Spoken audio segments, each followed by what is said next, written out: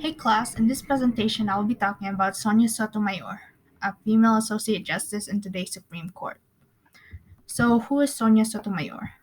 The woman who would grow up to be a Supreme Court justice was born on June 25th, 1954 in the Bronx, New York to Puerto Rican parents. Like the nation at the time, Sotomayor's life was a mix of hope and anxiety. At the age of 7, she was diagnosed with type 1 diabetes. Her father passed away when she was only 9 years old, and since then, she and her younger brother were raised by their mother, who worked as an underpaid practical nurse.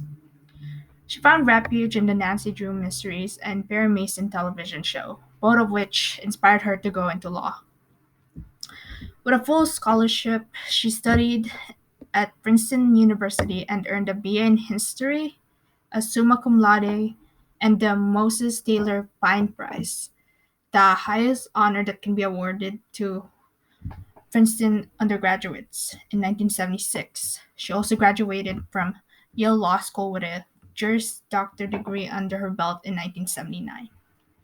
Upon graduation from law school, she joined the New York County District Attorney's Office as an assistant district attorney. After 5 years of valuable experience, she pursued private practice as an associate at the law firm of Pavia and Harcourt, litigating civil cases.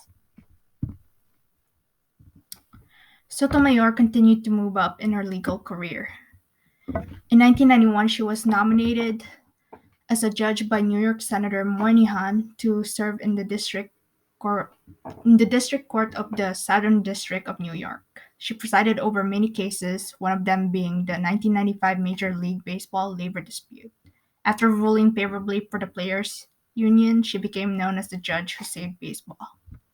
6 years later, in 1997, she was appointed to the U.S. Court of Appeals for the Second Circuit by the Clinton administration. And finally, on August 8, 2009, as portrayed by this image, Sotomayor takes the judicial oath before Chief Justice Roberts to replace Justice David Souter. Growing up in the Cold War era, the common stereotype of American women in the post-war years is one of domesticity and acquiescence. They were the mothers of the baby boom generation, forging family togetherness in their suburban homes. Adherence to traditional gender roles was reinforced by the baby boom.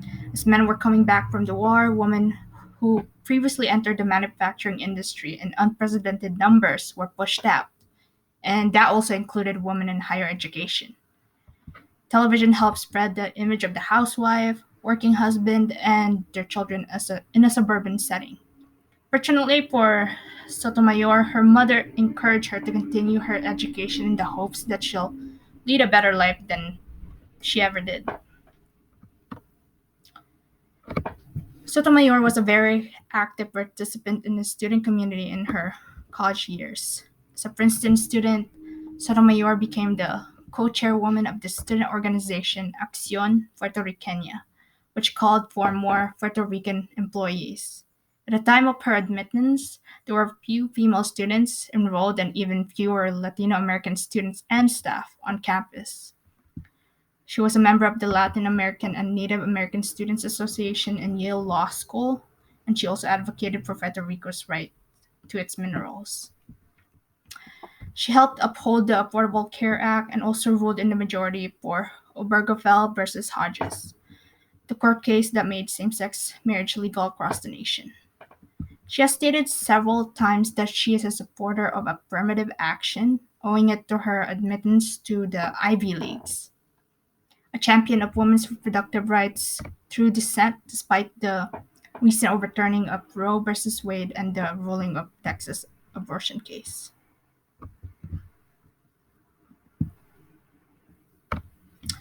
Sonia Sotomayor is the first of Hispanic heritage and the third female justice to be sworn in the U.S. Supreme Court.